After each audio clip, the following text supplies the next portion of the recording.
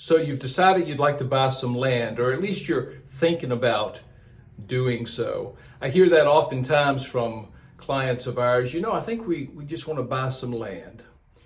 And sometimes these folks want to do so to hold on to it, to build on it at a later date. Others are ready to build right now. They just want to find a good place to do it. So when you talk about buying land, it could be a subdivision lot.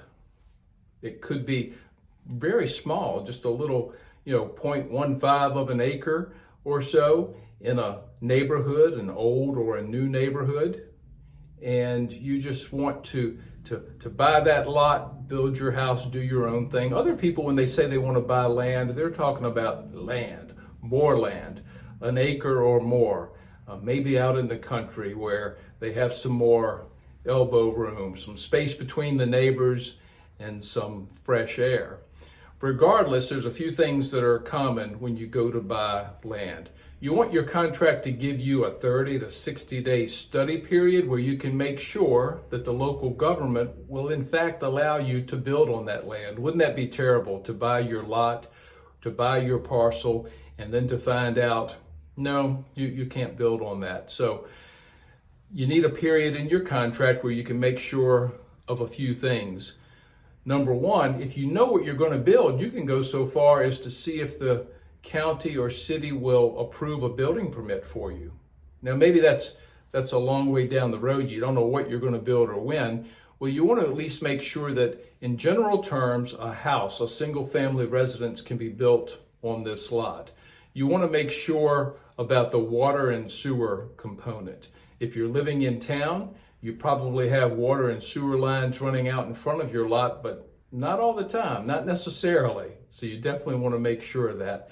Number two, you want to be aware that if the water and sewer lines are out in front of your house, you want to know what the cost is going to be, because it can be very costly for the local government to give you a connection to those lines. You want to factor that into any budgeting that you might have. If you're out in the country and you don't have public water and sewer, you want to make sure your land perks. You want to have a soil scientist to look at it and to do a study and make sure that you can install a septic system. And if it won't handle a normal, what we call conventional septic system, you want to make sure that you can install at least some type of septic system, what we would call an alternative septic system. They usually cost a little bit more, but oftentimes land that won't perk these days, you can still build on it. You just have to pay more for the system that will work. Well is what you would use, a well on a country type property. You want to know the expense of that. Most people put in what we call artesian wells these days, deep wells that hit deep aquifers that will give you some assurance that you won't run out of water. So a few things to think about as you go to buy your land.